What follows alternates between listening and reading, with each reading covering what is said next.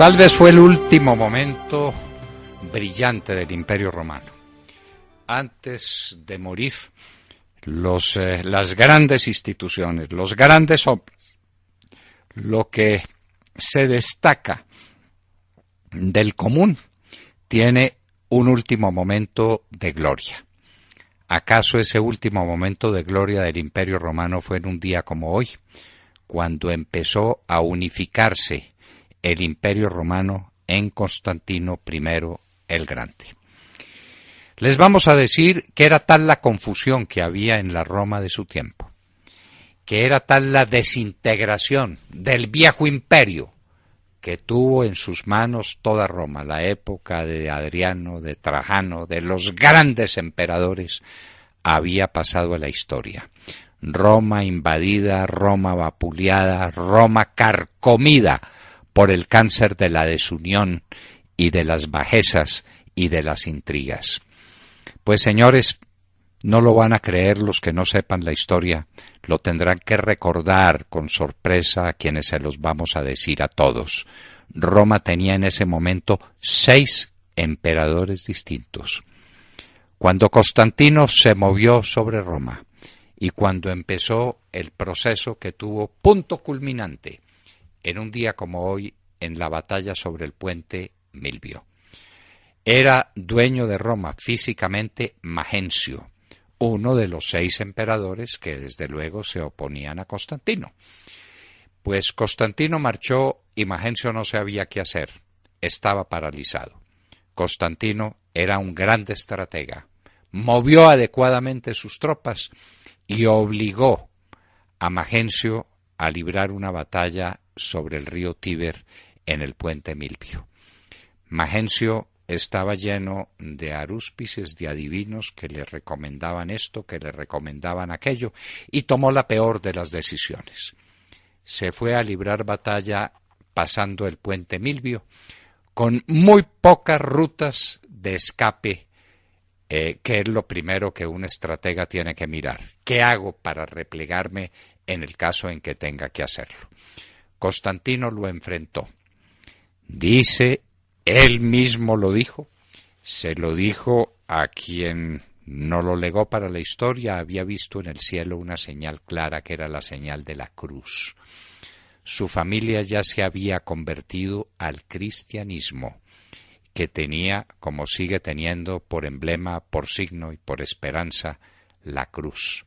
La cruz lábaro bendito, el lábaro, que es una señal de triunfo y de resurrección que viene de Oriente.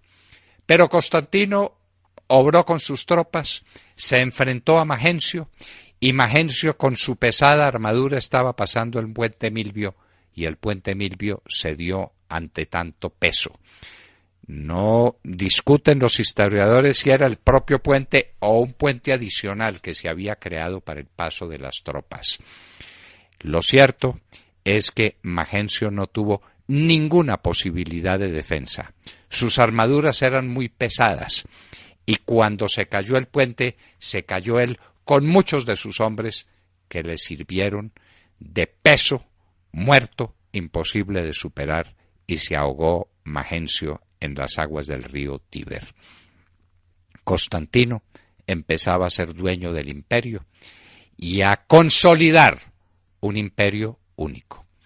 Tendría que combatir a Licinio, que estaba casado con su hermana Constanza, que ya se había convertido al catolicismo. Su madre era Helena, Santa Helena, que así la recordamos los católicos.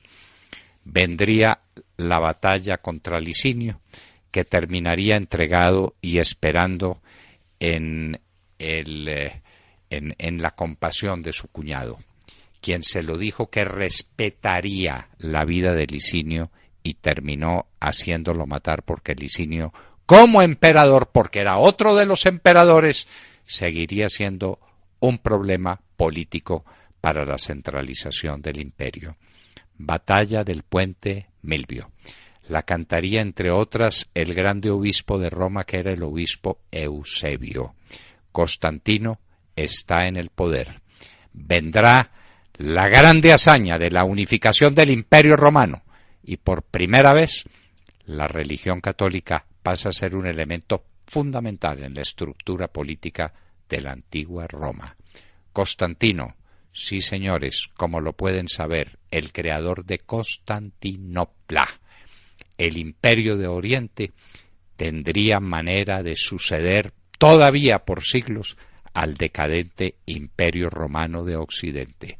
Constantino unificó todo el imperio y hoy sobre el puente Milvio derrotó a Magencio, que era el gran obstáculo militar para unificar el poder político y el poder militar de Roma. Puente Milvio, 312 de nuestra era. In hoc signo vincis, con este signo vencerás, dijo Constantino, que fue lo que vio en el cielo al mismo tiempo con la cruz. Todavía faltaría tiempo para que el emperador se convirtiera, pero todo empezó a cambiar.